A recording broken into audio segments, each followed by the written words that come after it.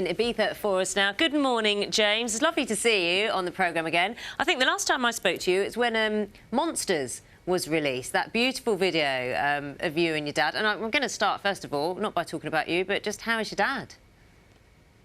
Yeah, he's well, and it's half the reason I feel so grateful to the NHS, because they've given him a second-hand kidney from his namesake, another Charles Blunt, to my father, Charles Blunt, and he is now feeling much happier. He's in isolation because he's immunosuppressed, hiding away from the coronavirus, but looking really well. Oh, I'm really pleased, really pleased to hear that. And you could tell from that video, I mean, we see you crying in that video, Monsters, and I know how important The Greatest is as well for you on the album. This has meant a lot, hasn't it? And in terms of what you're giving personally back with this hospital radio.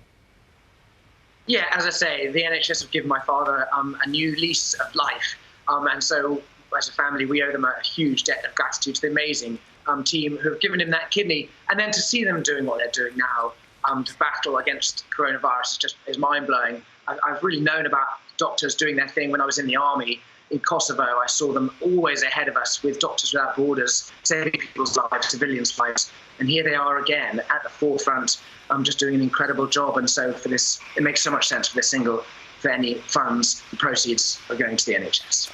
Well, it is absolutely a wonderful cause and all very important. I don't want to be too flippant about this, but you're going to be a hospital radio DJ, aren't you, James? So can you have you practiced? Have you got a special sort of hospital radio DJ voice? Can we hear it now? Is there a certain way you're going to go about your business? Because DJs, they always, you know, they rehearse these things. They have a persona. Have you got one you've worked out?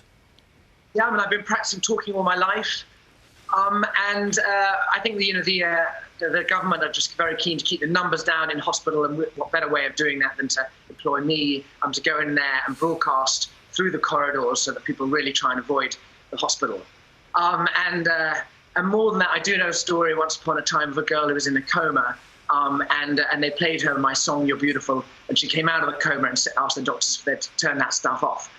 So I think I'm pretty useful and looking forward to lowering morale. You see it as like it's almost like a deterrent to going into hospital. That's the idea, is it? That's the principle of the idea. We thought it was a wonderful thing to boost morale. In fact, it's just a deterrent.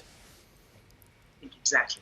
Well, you said this, didn't you? Let's put this tweet up because, you know, for those who are on social media, many do enjoy your witty comments and your little comebacks to those who may be critical. So, this is your tweet. So you catch coronavirus and you have to be hospitalised, and while you're thinking, can my life get any worse, James Blunt comes on the hospital radio. Perfect.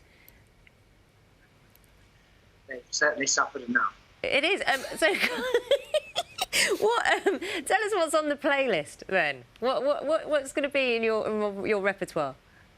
The deal very much was that I wasn't allowed to play my own music. Okay. And so I've really tried to stick to upbeat, up-tempo stuff that I hope people will enjoy. So come on, give us an example then. What kind of era are we looking back to?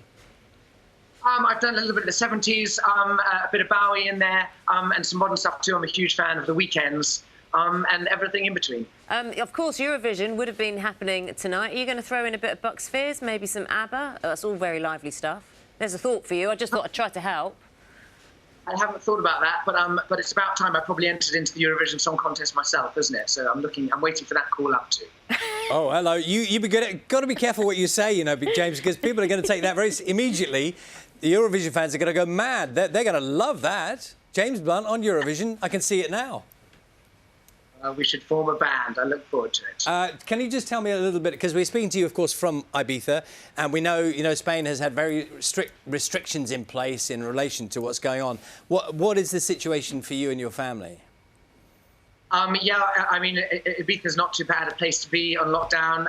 The Spanish lockdown has been more strict, I think, than the UK's, in that we haven't been allowed out for exercise. But I'm very lucky. I have a garden, and so we have space, and I'm certainly not in a position to complain. But I have to say, we're now starting to be allowed out of our lockdown, and not to make you jealous, but I have been down to the local town and had a beer in the local square, and we're there, light at the end of the tunnel. Well, that's just rude, to be completely honest, considering where we are this morning. Now, in all seriousness, though, you're an artist, you're writing. How have you found it in terms of creativity, being forced, you know, to stay in? Has it helped or has it hindered? You know what I have enjoyed very much is just being at home. I was halfway through a tour and the coronavirus meant that tour was cancelled halfway through, which was pretty devastating. And my band and my crew have had to head home, and now we're unsure whether we have shows for the rest of the year, really. I mean, music brings people together, and we're really unsure what the future holds for us. In the same way that I've got a pub in the UK, in London, I've got a pub called the Fox and Pheasant in Chelsea, and that brings people together, and that's closed. So business-wise, it's been pretty devastating, but I've been loving being at home and spending time with the family. Very good talking to you this morning, James. Thank you very much. That's James Blunt appearing at a hospital near you soon. Headlines are coming up. We'll see you shortly.